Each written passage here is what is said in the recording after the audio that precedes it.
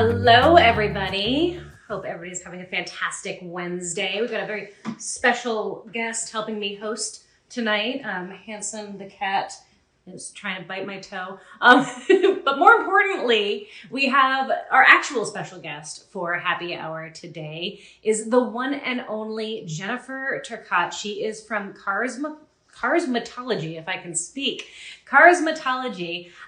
She's a pretty extraordinary woman. I have nothing but respect for her, and I'm super excited to have her on as a guest. She's detailer extraordinaire, color correction specialist. She does ceramic coatings. She is the National Training Director for IGL Coatings.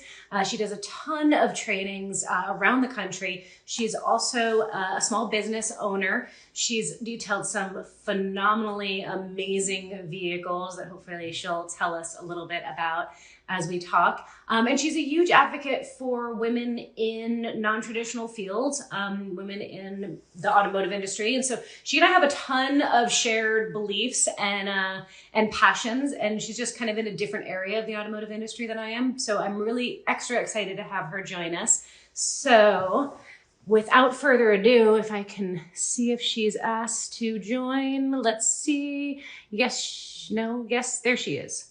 All right. Lots of people were asking to join, but we're just gonna all right, let's see. Waiting for Jennifer to join us.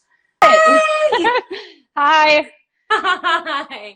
Are you still working, girl? So sorry. Literally, I just sent out the last car of the day. And I'm just grabbing my little drinky poo here. And what are you drinking? honestly, it's lemonade. But because I gotta do another car right after this. So because it never stops, does it? What time is it there? It is 7:04. How late do you normally work at night? I actually it kind of depends. I mean, I stay here sometimes, but it all depends on how much work there needs to get done. I actually got a really good crew of 2 guys that help me out now. Awesome. So, I try to get out of here about like 5 or 6, but I mean, it just kind of try being the key word there. Yeah. Yeah. That's like the part of being a business owner that most people don't get to see and don't realize is the truth. Like, looks real nice on social media. Meanwhile, we're like, it does. 24/7. I know, right? Sleeping at the shop. Well, so for anybody out there who doesn't know you, I want to kind of like rewind a little bit before we dig into stuff. And you do a ton in the industry. You do amazing work. You do a lot of advocacy for women in the trades. Like, you do training within the industry. Last time when we were trying to hook up and set the timer for this, you're like, nope, I've got somebody flying in for a training. Yeah. You're doing a ton, and I think that's awesome. But how did you start? Like, how did you get into detailing? So the how I got into it was when I was about 15 years old. It was kind of like the cool thing to do to get a job at the local car wash. So started off folding towels, pressure washing cars off, vacuuming them out. And then, that, to be quite honest, I only worked there for a little bit, and then I worked at a dealership, and it wasn't until 19 where I kind of took my jobs really seriously. So 19, I started at a full service car wash detail center where, I just take a lot of pride in working hard. I'm very hands-on. I like to work really hard to where at the end of the day, when I'm going home, I'm like, wow, like there was a lot that I did. And, I worked at this place, and the owner kind of took me in kind of like a daughter, and, ran that place for a while. And then I tried going to college. It wasn't really my thing. And then I came back and got another job while I was bartending, and somebody told me I should start working at this, higher end car shop, which was Imola Motorsports, where I'm out of right now. But I worked for them for a couple of years, and then I kind of wanted to, like I said, step out from behind the curtain. I've said that before. And just because I knew that, I love to work. I love to, set myself apart from others, and I really like taking care of people, and I figured that going above and beyond wasn't going to kind of be like a fail for me. So started my own business with absolutely nothing. I had to borrow money from my mom and then from a friend, and got into a shop, a 3,000 square foot shop, which I mean, it was way too big. I had like one shelf in the shop. I had a boom box given to me, and I was giving away details literally for about $200 to $250 inside, outside.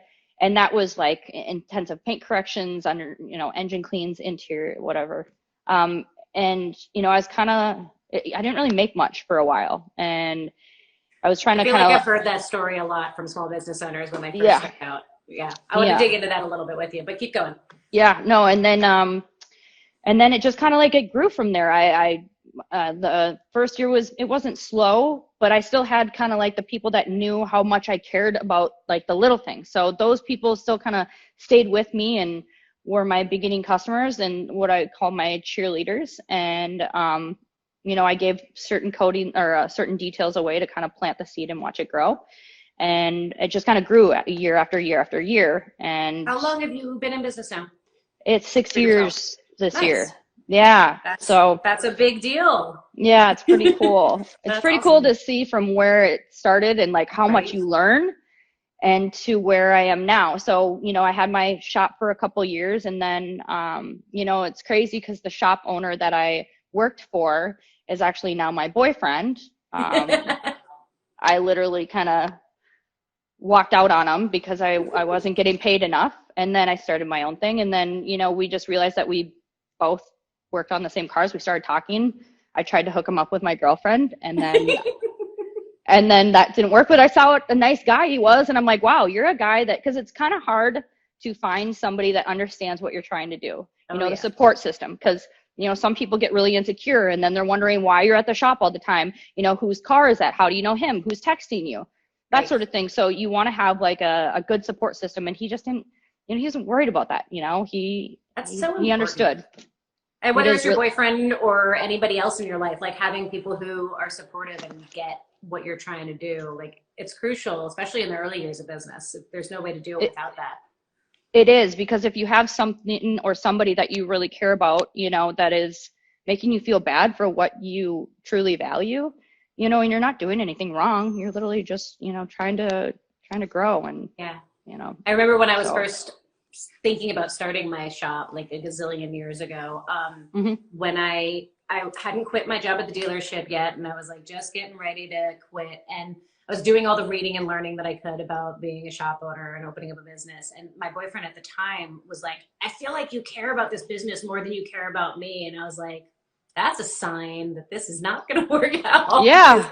Like this is like, you've got to support what I'm doing. It's not that about more than or less than, right? Yeah. You've got to be supportive. It's just something that you want to do. And, they should stand behind you with that. They should see that drive and, encourage you to do that, help put the spotlight on you, and, So there's a lot of things that I want to ask you, but you started with virtually nothing, which was something that I did as well. And like, I think it's really easy for people to see like, all right, well, you started with nothing. She started with nothing, went into this thing without a plan, like dove in head first. Right. And then look, you've been successful. Like you've been hugely successful.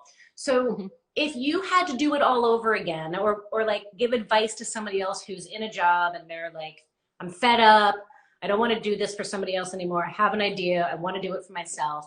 Do you advocate like just dive on in and figure it out as you go? Or do you advocate learn and plan and put in the work first? Like what's your sentiment on that? Well, it depends. If somebody wants to just, like kind of like the position that I was in when I worked for, my boyfriend, I kind of like got pushed to a certain extent where I was like doing a lot. And then I kind of flipped him the bird and I was like, I got to get out of here. I was kind of like, if people want to rush into something, what I say, of course, like reach out to as many people as get mentors. Like there's a few different things that I say, like you definitely want to have like your own little group of mentors. So find people that are successful that you look up to, that you can get advice from, and kind of surround yourself with them. Also, surround yourself with people that want you to succeed as much as you do. Another thing is I learned that you should always have a 24-hour rule, because there are business decisions that I've made, or somebody comes in, like I said, like, and be like, oh, that's a great idea. And then you find out from your mentors or other people, or you find out down the road that they're not somebody that you should really be working with. Yeah. And then also, yeah, the 24-hour, and just be careful who you work with. You know what I mean? But yeah, there's things that you should think about, like, you know, getting an accountant or the insurance stuff. Sorry, we got an Italian guy working on a 60 something. Oh, I don't even know what it is, but it's working now. Anyway. well, that's good. Yeah. But if you want to dive into it really quick, just make sure that you're getting your resources, you know? Yeah. Otherwise, I do think if you have the proper time to plan, absolutely, you know, get some, you know, shop around. Don't just hop into the first shop that you can find, because overhead, you know, being here in Minnesota, I did not realize that I had biannual electric bill. And then, you know, when the heat bill came, it was, right. it was, I shed a couple tears, you know? So here's an interesting question for you as a business owner. Yeah. You know, I think people assume, and we look at the pictures on social media, right? Like you're working on cars, but like taking lots of cute pictures and working on some really cool cars. And like, what's the rest of the behind the scenes? Like on average, out of your day, what percentage of time do you think is working on cars versus all the rest of the crap? Well, if I think about when I was, because right now I'm mostly, you know, I kind of have two jobs. So I work with IGL Coatings, being a director and training and a sales rep, which I don't really consider it a sales rep. I literally consider it helping people. Yeah. But if I go back to like me, you know, detailing all the time, I mean, literally I was detailing nonstop. It was really hard for me to take pictures. I tried to take pictures when I could, just to kind of show, because people like to see before and afters, and, sure. You know, pictures of yourself do, I guess, like help, and sometimes they get more likes, which doesn't make sense to me sometimes. I know.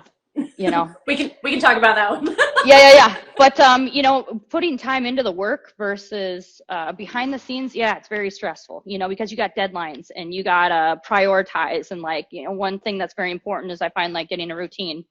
But yeah, there's a lot of work behind it. There's, you know, I'm the kind of person where, you know, I do have ADHD. I used to take medicine for it, but I don't like to take it because it makes me feel like I have a seatbelt on and I can't be myself. So I like to multitask. I probably have anywhere from 3 to 5 cars in, maybe sometimes a couple more during the week for details and coatings. Yeah. And, you know, I'll sit in there, I'll do paint correction on one car for about 4 to 6 hours. And then I'm like, oh my God, I got to work on something else. So then I'll go wash a car or something. But yeah, it's a lot of I think that makes sense though. There's only like so long that you can be focused on one thing regardless. Yeah. Somebody wrote in the comments, and I think this is a really great question, is how hard did you find it to get the respect of men within the industry? Was that a challenge for you? Not really, because you know what? I know how hard I work, and I've shoveled car wash pits, I've cleaned piss, puke, so many fleet vehicles, disgusting semis, boats, motorcycles, all that sort of stuff. So when people kind of say stuff to me, I'm just like, you know, you really don't know. So, but there's people that when I started my business, they're like, Carsmotology, that's a mouthful. Or they're like, well, why am I going to go to you and not the guy down the street? And I'm like, that's fine. You know, when I first started my business, I went to the local car shops around me and I brought them cookies and cards, and I'm like, hey, you know, contact me. And then they'd message me or they'd call me and they'd be like, I want a complete detail, including interior. And I'm like, okay. And then I go down there and they're like, well, that's not what I said, and you can't do it in 2 to 3 hours. And I'm like, I don't know, like what, you know, complete is buffing, and I can't buff a car in 2 to 3 hours and do the interior and stuff. So, you know, it was a lot of questioning, but I was just like, I don't have time for this. I know there's people out there that do. And, you know, you just kind of got to pick the people that are going to respect your work, I guess. So time is important to me. You know, that's what I've learned. Absolutely. I like, there's 2 pieces of what you said that I really like, is like, one, you put in your dues, you paid your dues, you did like the dirty, gnarly stuff, and that's like, you have to go through that, I feel like, to get to the working on luxury exotics, right? And I think that's something I hear often, especially with younger folks getting into automotive in all areas of the industry, whether it's mechanical or detailing or paint work or body work. Like it's you know, they just started out and they want to be in the paint booth already, or they Yeah. want to be working on the high-end cars and not be just Yeah. doing oil changes. And it's like, oh, that's just not the way it happens. No, no, they got to respect the process, you know, Yeah, like I love that I have a kid that's in here and he understands that you gotta, you know, clean wheels and door jambs and possibly like scrub floor mats and salt out stains and you know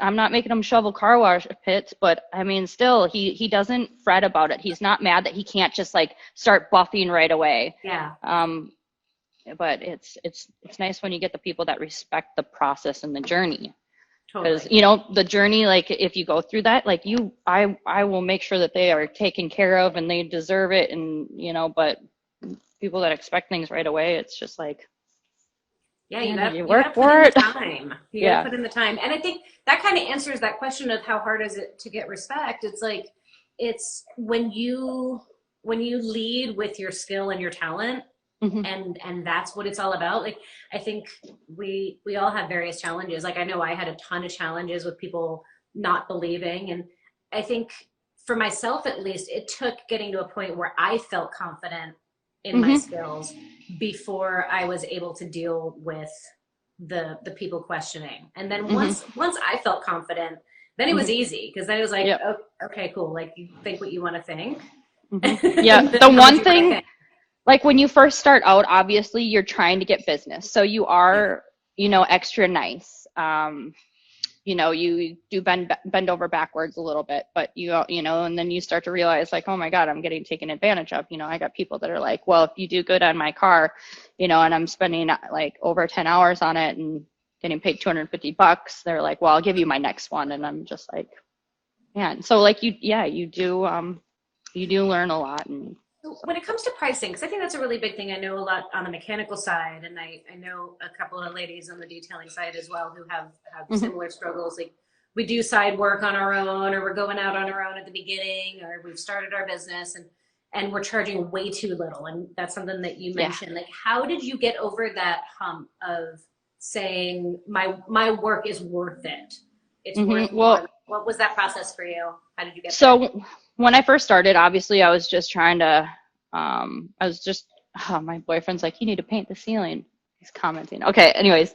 Uh, so when I first started, I was just trying to get business. So I was giving away details for $200 and $250. What I was kind of doing is I was trying to, like I said, plant the seed and watch it grow. So I knew that with that work that I was doing for the price, those people were going to go out and they're going to be like, oh my God, you know, like this chick, she did all this work for me. I did the price. And I kind of have some of those customers like grandfathered in because they still come to me. Then, you know, I realized when I could not keep up with the work that was coming in, you know, I kind of bumped my price up, you know, to $350. Then I went to $450. And you're going to learn that there's going to be people that do not stick with you after that. And like, that's understandable, but you know that there's a lot of people that are going to pay that and they are going to pay what you're worth. So continuing to, you know, and now I have light and heavy details because in the detailing world, some people do not see what you see. So I was always going just as far, like as best as I could do. Right. But, And you not know, like I everybody's said, looking for that. half Yeah. the people think detailing is just, you know, putting a wax on it and it's fine. They don't even think Right. about paint correction. Totally. So, yeah, I just kind of, I realized what I was worth, and I realized that people are willing to pay. I got my reputation out there, and I mean that's how, you know, my prices were raised. But I knew that I needed to start off pretty much giving it away and not making any money. See, and I don't know that you necessarily have to start out that way. I think a lot of us do. Yeah, you don't Um, have to. No. yeah. It changes like how quickly you grow, I think. Mhm. Mhm. Because it does get the word out quickly, but like I was one of those crazy people who started out, I charged the same amount that the dealership did when I left the dealership. They were Yeah, at the time they were charging $100 an hour. So I was like, all right, I'm gonna charge $100 an hour. That's what my that's work, awesome. because I figured that's what my work was worth before. Why is my work not worth that anymore? Well, I mean, if you came, I mean, over time also, like with me putting in, you know, time into going to trainings and buying more buffers and having better tools, you know, because when I first started, I was going to Harbor Freight, you Right. know, and like stuff would work for maybe like 3 months and then I'd be able to upgrade. So Totally. that's when also like, I put the time and the money into it. Yeah, I kind of gotta like charge a little bit more and stuff like that. So that's why also like Right. my Well, and I prices think were that's the probably down misnomer, there. right? Like people go out on their own and are like, oh, well, I don't have all the overhead that the dealership had, so I can charge less Hmm. money. And then you get into it, you Yeah. realize you do have all of that overhead, and you do have all of that skill too. Like you have to buy good tools, you have to buy insurance, Hmm. you have to buy Yes. like you have Yeah. to pay for a CPA and all of the rest Hmm. of the things. So there's so much else that like you have to charge enough to cover all of your expenses. And I think that's where so many small businesses fail. So like making Hmm. it to 6 years, girl, like good job. That's not a small Thank feat. you. Thank you. Anybody out there Yeah. who's a small business owner knows that. Anybody who's not, Yeah. like it's hard to fathom, but yeah, making it past 5 years is a big deal. So Well, you're doing constant like, thank you. Like constant growth and like I just constantly wanting to better myself because I never think I'll be the best. You know what I mean? There's always room for more growth. And, I don't know if I'll ever get to whatever, but I mean, at least. that's an important mindset. The day we stop learning, right, is the day we start dying. Hmm. Right. Somebody asked I, early on, did you ever trade your services, like do barter work? That's oh, an yeah. interesting question because yeah, I do. I was really I big into think that. bartering is awesome. Bartering is awesome. Like for t-shirts or what else did I get? I got like these little lanyards, little flash drives, I mean I decals, like bartered my business cards. accountant. I bartered Yeah. I bartered everything. I actually belonged to there was I don't know if they exist anymore, but I belonged to a barter club that Barter was like club. a thing. It was kind of cool. They had like a network of a That's hundred. awesome. Oh, it was so cool. It was like 150 some odd businesses, and you would do your services for Tur- somebody, and you would get barter dollars, and you could spend it with anybody in the network. But that taught Where me so where is that? I don't know if it still exists. It was called Premier Barter and it was a national thing, but I don't know if it's still around. It was Okay. cool, but it taught me that when you are bartering with somebody to still put a dollar value on it. Right. Because I think often with bartering's awesome. I love having a skill that I can use to barter. Hmm. But I think it can be dangerous because sometimes you wind up in a situation with like an ongoing barter relationship where Hmm. somebody winds up feeling like they're getting the short end of the stick. Yeah. So like if you can always keep a dollar figure, like I have a running thing with my hairdresser. Hmm. Like every time she brings her car in, we put it in the little book, how much money it would have cost. Every time I go get my hair done, Yeah, that's very we put it smart. in the little book. Like Yeah, that's very smart. yeah. Yeah. But yeah, bartering is awesome. Right. Very Yes. cool. All right, I have to ask. So I'm a big advocate of talking about our mistakes and Oh, our lessons. So yes, 100%. what's your biggest oops that you're willing to share on a car? Oh no, I'm always about, oh, my biggest oops. You know what the best thing about me is it's really hard. Like I'm very honest. So if I were to, for instance, I mean, if you're a detailer, I'm pretty sure we've all burned a car, okay? Um, time that I burned a car was, well, I mean, the first time I burned a car was on a freshly painted bumper when I was like 19 and nobody told me that was freshly painted. Well, But that's other than that, an oops would be, I think it was like on a 930 turbo. I mean, that's a single stage paint. So, I mean, you take a paint gauge to it, but I mean, it's still kind of tricky. So, yeah, I mean, obviously I like to go the least aggressive approach, and Porsche paint is usually very soft. So, I think it was like on the back hip, there was already a little bit showing. So, I mean, it was kind of like it was a black one, and you could kind of see a little bit of there's a little lighter spot on it. And it's not like I went all the way through, but still like that, I would say that would be one. But I mean, the owner was right there and I always tell them right away, trying to think what else. Uh, I, oh, you know what? Okay, this is one thing that broke my heart oh right no. when I started. So what I did is it's not really with a car, I guess. That's So one of the barters, okay. okay, one of the barters, and I'm wondering if he'll be watching right now, Okay. or his wife, but he was one of my biggest mentors. I reached out to him. He was the first car that was in my shop, and I did his car, did it for free. I was just like, thank you for coming to my shop, and then brought his wife's car in, okay. And I did his wife's car, and the whole time they were saying, you need to go to her salon.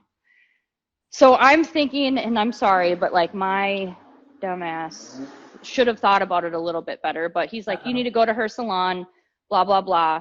So I had called to make an appointment with her salon about 3 times. And I called there and, you know, they said they were going to get back to me. They said they were going to get back to me. And I just remembered I called one of the last times and I was just like, you know, I've tried to call like a couple times and I've had nobody get back to me. And I'm like, I scheduled it with this person, you know, she said that she was going to do my hair for me. I clean her car. Well, come to find out, it's not her salon. So I guess like her, I don't know if her boss found out, but it was just a bad call on my part. It has nothing really to do with a car. I don't That's really, okay. I'm trying to think of like what I messed up on a car. She's like, I don't mess up on cars, girl. Well, I'm just trying to think if I did. There might be something, I just don't know if I can think about it. That's all right. Yeah. So when you burn, like, If anything were to happen though, you can't hide that. You know, the customer is going to come in and see it. They probably know their car more than you. The one bad thing is like, for instance, I'd say it was like 2 months ago. I had somebody come in and they had I'm just going to say a black car. Okay. They had a black car and it was completely destroyed. You know, that's something that takes me hours and hours and hours to fix. I'm doing 2-step paint correction on it. I don't really need to do a 3-step anymore. I don't really pick up the rotary buffer very much anymore. But yeah, it looked amazing. It looked absolutely perfect. And when you do something like that, you can't wait for the customer to come in and be like, oh my God, like, wow, thank you so much. And like, I did it at a fair price too. But the one thing he did is he came in and he called in and he said, you know, there's a dent on my car that was never there. And I'm like, like first, if there was ever a dent in a car, I would call them immediately and I'd say, I'm having my dent guy come over here right now. Right. And I'm going to fix it for you. But that just really stinks, you know? So it does. It does. It's the worst. And I think you're right. 100%. Like always raise your hand the minute something happens. Right. And when you have a reputation for that, then you have less opportunities for that. Cause I hear that all the time on the mechanical side, shop owners dealing with customers saying, when I brought it to you, it didn't have this dent and now it does. I think it's so important to do that, like walk around of a car beforehand. Yeah. So that you know. Right. And even do it with the customer. Take pictures. Yeah. Because that's really there wasn't anything. Right. The sad thing is like there wasn't a dent. Like I didn't see a dent there. And so I still don't, you know, when we asked him to come back and he didn't come back. So I'm just like, what the heck? But yeah. Frustrating. Ugh. Yeah. So I do have a question. If you burn through a paint job, like what's the fix on that? How does that? Got to go get it repainted. It's a full. Well, do the panel repaint. So we got somebody that's right down the road that we go to. I actually just had my car have some rust spots fixed on it, just in the wheel well because Minnesota. So I really like them. So we send it over there, or else we have another guy that, you know, kind of depends on where they're at because we kind of want to make it convenient for them. But there's a few people, you know, around us that we trust, and that's where we send it to. But I don't recall the last time that's ever happened. That's cool. I know that there's certain people that come in here that want to get certain things repainted, like their front bumper or their hood or something like that before they get a clear bra. So we send them to them also. Nice. Very cool. Yeah. It's good to have partner businesses that you do work with 100%. Yeah. So now you work on like some really phenomenal vehicles. Like I feel like every time I'm on your feed, it's like exotics and fancy Porsches and BMWs and like all of the fancy. Yeah. How did you wind up doing so much on the higher end vehicles for, you know, anybody who wants guidance on how to get there? Yes. Yeah. How did that happen? No, go ahead. Well, when I was just kind of working on regular cars for a long time, and working at the shop that I work at now, you know, they kind of introduced me to working on, you know, I worked on a Bentley and I started working on Porsches and Ferraris. And so that kind of got people to trust that I, you know, worked on those kind of vehicles. So that's how I got into those. So I suggest if anybody wants to try and get into those vehicles, you know, if they have somebody that has you probably want to get experience first. I would definitely like you want to find somebody. I would try and find somebody that you could reach out to that would maybe take you under their wing. Because I know, if there's certain people that are trying to like detail Porsches or anything like that, like I would love to help them and give them my guidance. And like literally, I'll get on FaceTime and I will walk them through exactly what I'm using, what speed I'm on, what to look for. Sometimes people won't reach out back right away, but I mean, there's other people that are very willing to help. That's awesome. Like I said, working at this shop, that really helped me. So when I left here, people trusted me that I worked on Ferraris and Porsches and stuff like that. So when I got my first shop, they would bring them in, and it's crazy because the first guy that was in my shop that I was talking about, we're really good friends. But he had a Porsche. He's a part of the PCA group, the Porsche Club America out here in Nordstern and stuff like that. And he got me into a shop that specialized in Porsches. Oh, nice. And so I just kind of like, and I mean, now anybody that ever asks, where do I take my Porsche around here? I get people that hunt me down at the shop. They're like, oh, I'm getting delivery. Like I need to, That's awesome. So it's really cool.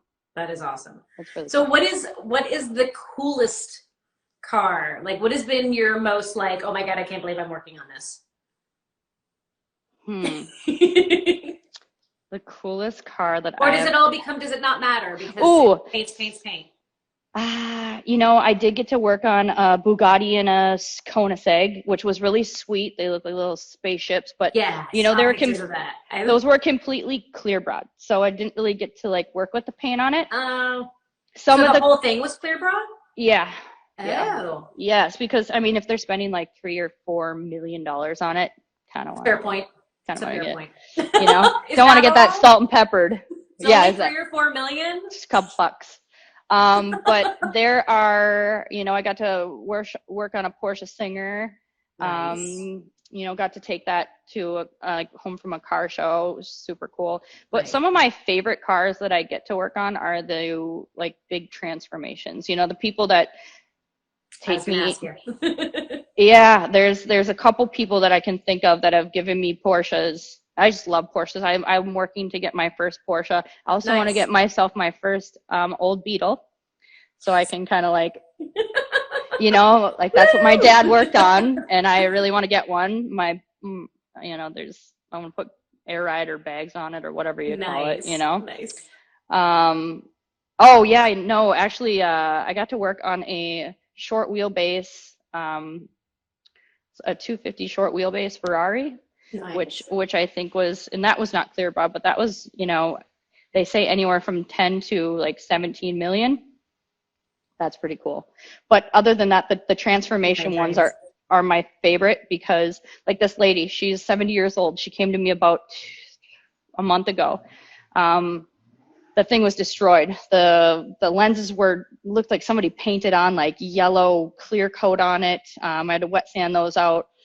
There was it was kind of a tacky like decal on the side. The paint was completely wrecked. But I mean, that was a complete transformation. And she like looked like such a badass driving out here. Like she was just so beyond thrilled. That's awesome. But something that just kind of looks, oh, sorry. No, I was gonna say, I agree with you on that. It's like, it's fun to work on cool cars, but I think the most fun is when, regardless of what kind of vehicle it is, when you take something that's like total poop. Right. And you just kick its butt. Like that, that's more satisfying than like people, I worked on high-end BMWs all the time. We're like, oh, you're so lucky. Like, it's a car.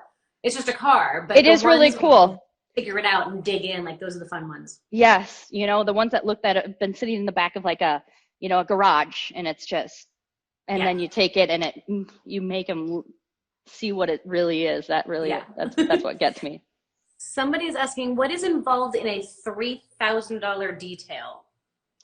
I mean, that would definitely probably, I would say that there's going to be a ceramic coating on that, but I would think so at that price, right? My boyfriend ended up buying he got a really good deal on a S63 Mercedes AMG. It's like a newer one. I'm not sure what year, but when he got it here, I know why it was $40,000 because the exterior looked like somebody washed it with like like a Brillo pad. So when you have paint that looks like that, especially when, the it's really that bad. To clear out a spot to get the paint to look absolutely perfect takes a while. So usually when I'm working on a car and I'm buffing it, when it's not really that bad, I can do a section about maybe a foot and a half. For that one, literally, I was like doing really small sections. So if you think of how many sections you're doing all over the car, I mean, it would have taken me about maybe a week just to do the paint correction on that. So yeah, that one would definitely be like, I told him, I'm like, if that car came into the shop, I'd probably charge $3,000 for the paint correction, maybe $5 for, you know, with the ceramic coating, probably $4, but still. So that leads me to another question that somebody said, and I think this is a really good point. How do you know as a car owner, when what that line is between like, I need just good wax and good polish, good detail versus I need a paint correction? Like what's that? It kind of depends on how you take care of your car. So when I have somebody that comes in, immediately I like to do a consultation with them because I want to know, you know, how long they've had the car, you know, when's the last time it's been detailed, who it's been detailed by, because it kind of depends. If you go to a dealership, I'm not going to lie, but a lot of dealerships have people that, I mean, I've had people send me videos of local dealerships that the guy is like buffing and he has a microfiber down for his pad and then the microfiber flies off. He grabs it off the floor and puts it back on the, you know, dealerships can use rotary buffers. Yeah. The kids aren't trained, so that kind of scares me. So I want to know how it's been detailed. You know, I want to know how they maintain it or how it's been maintained and how they plan on maintaining it, because if they go through the soft touch car washes, soft touch car washes are essentially like a butcher shop because you're cleaning it with somebody else's like dirty rag. It's, you know. So I shouldn't go through those? No, dear. My paint's already destroyed. If you go through like a lease or whatever, I mean, sometimes dealerships don't really care because they think that that's what's washing the car. No, all my clear coat is peeling off, so I'm beyond even your help. If you need help, I'd be happy to help. I need help. I need a lot of help. But, you know, it kind of depends. Like when you wash your car, if the water is just a sheet of water on your car, that means that there's no protection on there. If you wash your car and there's going to be, you know, little tiny water beads, there's some protection on there. I mean, like when it gets really hydrophobic, which means really, really tiny water beads, I mean, that's a ceramic coating on there. But I usually tell people to at least get 1 detail a year, 2 details, you know, I recommend, you know, 1 right after the winter, but I mean, if you're in the southern states, it's not really too mandatory. All good. I'm such a bad car owner. No, it's okay. It's okay. You know, sometimes people are like, I just need to get from A to B, you know? Right. And then there's other people that, you know, like to sit out there and clean their wheels on a Saturday and, you know, all that sort of stuff. But I do like to educate people as much as I can because, I mean, if it's something that they care about, you know, because when I first got started, I worked at a full service car wash detail center. I didn't realize that was like a butcher shop for your car wash or for your car. Yeah. But yeah, it's like you said, there's different levels of stuff. Like not everybody's looking for the $3,000 paint correction. Like color correction. What is the benefit for those who'd like to know of a ceramic coat? What's that all about, and why do that? Okay, so if I were to explain this, like when I'm not saying like because I'm talking, you know, you're a female, but when I like to, like if I were to talk about it to a female, I consider it kind of like nails. Okay, when you go and get your nails done, or let's say you had fake nails on, and you take those fake nails off and your nails are kind of like, oh crap, okay, you're going to grab that 4-sided nail buffer. That 4-sided nail buffer, you're going to take the heavy buffing and you're going to knock all that down. Then you're going to polish it out to the next side and the next side and the next side. So now it's all nice and shiny. So if you were to put like a top coat of nail polish on there, or like the nail polish and then a top coat on there, that top coat is going to kind of chip, kind of like how this looks right here. But you know, if I had a gel coat on there, that's going to last longer, or an acrylic. So the gel coat or acrylic is essentially like a ceramic coating. Nice. Yeah. So good explanation. Thank you. So Carsmotology, the salon experience. Yes. You know. Okay, how do you explain it to men? Because men may not know what nail polish is all about. Well, ceramic coating it's like a wax can last 3 to 6 months or 3 to 6 weeks. Paint sealant, that's going to last, anywhere up to 11 months. A ceramic coating is going to last years. So it actually is more durable. So it hardens the clear coat. So, usually when you're wiping a car off with a towel or something, you can put hairline scratches in it. If you have a ceramic coating on there, it's going to make it, you know, more durable. So it's not scratch resistant all the way, but it's scratch resistant to a certain extent. So I'm gonna ask you on that. Like, so the ceramic coating you can do at any point in the life cycle of your car, or does Absolutely. it have to be done? Okay. No. I mean, it's preferred to do it right when you get the car, just because, you know, the paint correction. Because if I'm gonna apply a ceramic coating to it, I mean, it doesn't matter if people will be like, oh, well, I only got, you know, I've gotten a car with 25 miles on it, and it's hacked up by a rotary buffer. A rotary buffer, like if you ever go to a car and you see, kind of looks like the paint is dancing with holograms, that's a rotary buffer that wasn't, they weren't finished out with a dual action buffer. Gotcha. So, you know, I'm always going to check over the paint, or there's going to be contamination all over the paint from it being in transport. So I want to do a paint correction, but it's usually a very light paint correction if it's on a newer vehicle. So if you have the car, and like I said, it's never been detailed for a really long time, yeah, you're probably gonna need to spend a little bit more for the paint correction. So kind of ideal to do it earlier on in the life to protect it and keep it from getting bad. Once it's gotten bad, got to do the correction first. I mean, what do you think? What are your thoughts on clear bra? You were talking about that. Like, is that the mountaintop, or are there downsides to it? So people always ask me, they're like, do I get a clear bra or a ceramic coating, or, you know, and I always say, if you're going to choose between either of them, get a clear bra, because a clear bra is going to stop a rock going, you know, at 60 miles an hour hitting your hood. A ceramic coating is not going to do that. But, you know, if you're looking for maintenance, like the best perk about getting a ceramic coating is the maintenance. It cuts down time significantly, because, you know, you can literally bring it in, rinse it off. Most nothing wants to stick to that car. So you're rinsing it off. You definitely want to I always do a foam bath or a soap bath, because you want to have some light agitation on the surface. It's going to take, you know, any sort of dust or whatever off. Most of it comes off with the first rinse, but it just cuts down time significantly. So it's a lot easier to maintain. Interesting. Okay. Yes. So here's another question for you that I just saw in the feed. What are your thoughts on wraps? Do they damage paint? No. Are they ever? I do suggest maybe getting a light, you know, get a decontamination wash. So light decontamination wash, or I'm not a light, but so if nobody knows what clay barring or iron and fallout remover is. I know about clay barring. What was the other thing you just said? Iron and fallout remover. So what that does is, you know, imagine your paint. Well, your paint is very porous. So the contaminants that get into the pores of your paint, imagine them like splinters. So the clay bar, yes, that's going to get, you know, what's on top of the paint or the splinters to come off. But what the iron and fallout remover is going to kind of get whatever those contaminants are into the pores to bleed out. So it almost looks like your paint is bleeding, like a purple color. So you want to do that before. And I always tell people to get a light polish after you clay bar, because clay bar is essentially kind of like a light form of wet sanding.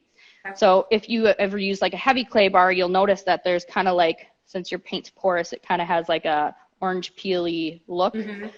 Sometimes it kind of looks like a little cheetah effect if you clay bar, because you'll see whatever. If you get a light polish on there, that's nice. It'll kind of disguise that. But I mean, if you're putting a wrap over any of those contaminants, something could happen underneath the wrap. So that's why I just say, like, get it a little bit cleaned up before you put the wrap on. But no, I don't think there's anything wrong with the wrap at all. Okay. Very cool. Good to know. Yeah. And then there was a question like ways back. I don't know if he's even still on, but I'm going to ask it anyway, because I feel like it kind of fits in with this whole theme of like actual technical questions for you. Yes, ma'am. Is how can one polish or buff or detail or like treat a patina vehicle? He's got a barn find that's got a patina. How does he polish that up? Oh, you know what? I'm not a complete expert on that one. There's a guy, like, I mean, I would still go at it, not gonna lie. I have a feeling that would be your style. I'm just like, you know what? Let's do this. So, you know, I would probably, like I said, I like to do the least aggressive approach at first. The company that I work with, they do have a product that is a rejuvenating polish, so I'd probably try and use that.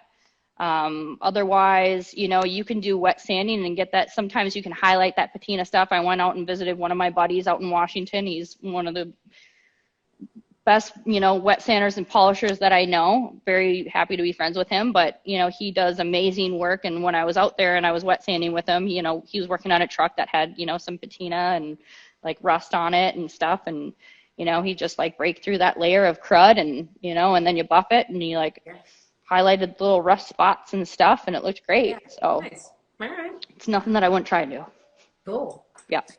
So somebody had asked, they had sent in when I first posted about happy hour with you, somebody had asked if like an average car owner wants to learn, what are some resources that you recommend? And are there anything like, I'm a big advocate of people taking on their own projects, but I also kind of am an advocate of knowing when to stop and like where you can start doing more damage than good. So, like when is it time to take to the doctor? So what do you recommend, like where people can go for resources, but also like where should they not go past as far as trying to do themselves? Where they can go. Like for instance, I have, I'll get some customers that come in here and they're like, yeah, I'm going to do the ceramic coating on my car. I really don't want to not try and help them because, I'll give my advice and I'll tell them, what they should look out for, what pads they should use, that sort of thing. There will be somebody that will help you. You just kind of gotta, just don't be discouraged if the first person you ask doesn't help you. To go too far, just be careful. Don't start wet sanding stuff if you've never wet sanded stuff, that's for sure. Don't start using a wool pad and a rotary buffer if you've never done that. If you're thinking of like using something that's aggressive, maybe do a little research on that first, So. Yeah, I think that's probably generally a good idea. Like if you're going to tackle anything in life, do a little research first and maybe like have a friend with you who's done it before. Right. Or as a resource to phone a friend, right? Yes, phone a friend. Because you don't want to screw up your paint on your beloved car. No. If you've got an old beater and you just want to practice on, go for it, right? Yeah. Having something to practice on is very good too. That's what I would suggest. Yes, indeed. All right, this is a personal question I have to ask. Do it. Because I was looking through your photos, I have to ask, your Joker photo shoot that you did. What was that all about? It's badass, by the way. Thank you. So we had one of our customers bring that in. And I'm a really big fan. I was all into Batman when I was like a little kid. I had my Batman cards. I was Batman for Halloween when I was like 5. So I've always kind of liked Batman, and I really like, the new Joker movies. So this green SVJ came in, and I don't know why, but I have a couple of my accounts / friends. It's nice because, working in this industry, people become, they become friends. It's really cool. Yeah. So anyway, they are really big fans of the Joker too. And I remember I sent the car to one of my buddies, and I'm like, this just reminds me of the Joker. I just don't know why. So then when it was in here, I called one of my photographers and I'm like, look, I have an idea. I just want to do it. So he came in here. I just got done working and, I probably rushed a little bit. I didn't prepare, but I found some of like my makeup. I literally took like, I don't know if it was like chalk or something. Yes, no, it was like these pastels, these white pastels, and I crushed it up and I mixed it with like my makeup. Oh my God. And I'm like, I'm just going to try this. So I put it on my face. I took my eyeliner and I drew it and I put lipstick all over here. And I grabbed these, what is this? They're like little chalk pens or something. Oh my God. And I put the green in my hair and I that one where I did the high kick, I almost fell. Like that was almost me eating it. Yeah. So if anybody hasn't seen these, first of all, make sure you follow Carsmotology on Instagram and wherever. Are you on Facebook too, I assume? Yeah. Yeah. Okay. So Carsmotology on Instagram and Facebook. Make sure you follow her if you don't already. Did you see that? I love it. You just bit me. I didn't see that. I just saw the cat. I didn't see him bite you. He just bit me. He doesn't like me talking with my hands, apparently. Oh. I'm not petting him. But yes, everybody out there, go follow this lady and scroll down in her feed because she's got this like incredible little photo series shoot with what car? What was the Batman car? It was a Lamborghini SVJ. Okay. Yep. I wasn't like super paying attention to the car because I was just like, look at that makeup. Damn. Like Thank you. All of it, the whole like everything about it was super cool. Thank you so much. So Yeah. did you have a makeup background at all? Like you talk about, I mean, you're putting random No, ass stuff on your face. no, I just And the kind name of your of wing business. it. Yeah, I just kind Nice. of wing it. I All don't know. right. Yeah. All right. Very Yeah. cool. Yeah. How did you come up with the name of the business? What was that about? I remember when I was working here at Amola and I kind of always called it my car cosmetology. And then, there was one night where I was just like, my mom's like, you got to think of a name. And I'm like, well, I don't want to do Jen's Garage or, I just wanted it to be like, then I started morphing like cars and I spelt it really weird. It was like something where you'd look at it and you're like, I wouldn't even understand how to say that. And then I spelled Carsmotology, and I didn't realize that I did it Carsmoto, because I like Cars Moto, and then it just turned into Carsmotology. And, like I said, people had doubts on it at first and gave me crap, but I was just like, I I think really it's like it. awesome. I think it's Thank you. awesome. I think you've done a great job branding yourself and Thank you. creating an image and a look, and that's not an easy thing. Hmm. So like, I definitely want to give you props and recognition for that. You've done good. Thank you. Thank you Done very good. much. Yeah. Same with you too. Thank you. So cool. Yeah, it is so cool. This is awesome. So what's next for you? What's next for me is, I was fortunate enough to have a company believe in me and back me up. I do get to work here at my boyfriend's shop, which is really awesome. But the fact that I work with a company that is like a family like feel and share the same values as me and allows me to be able to teach and like teaching people shining a car is really cool, but like at the end of the day, for me to be able to help somebody maybe in like the similar situation that I was in, or maybe they're still at a car wash, or maybe they got two buckets and they just like are going from place to place, and I want to help people save time and money, and so they can spend more time with their family, and just teaching. Like sometimes I feel like I'm overbearing, and I also feel like sometimes people question me, and I started using these products for IGL coatings, and they, like the whole product line works. I can't really sit and push anything that I don't believe in. And so it stinks sometimes because, I'll sit there and talk to somebody and I get really excited about it.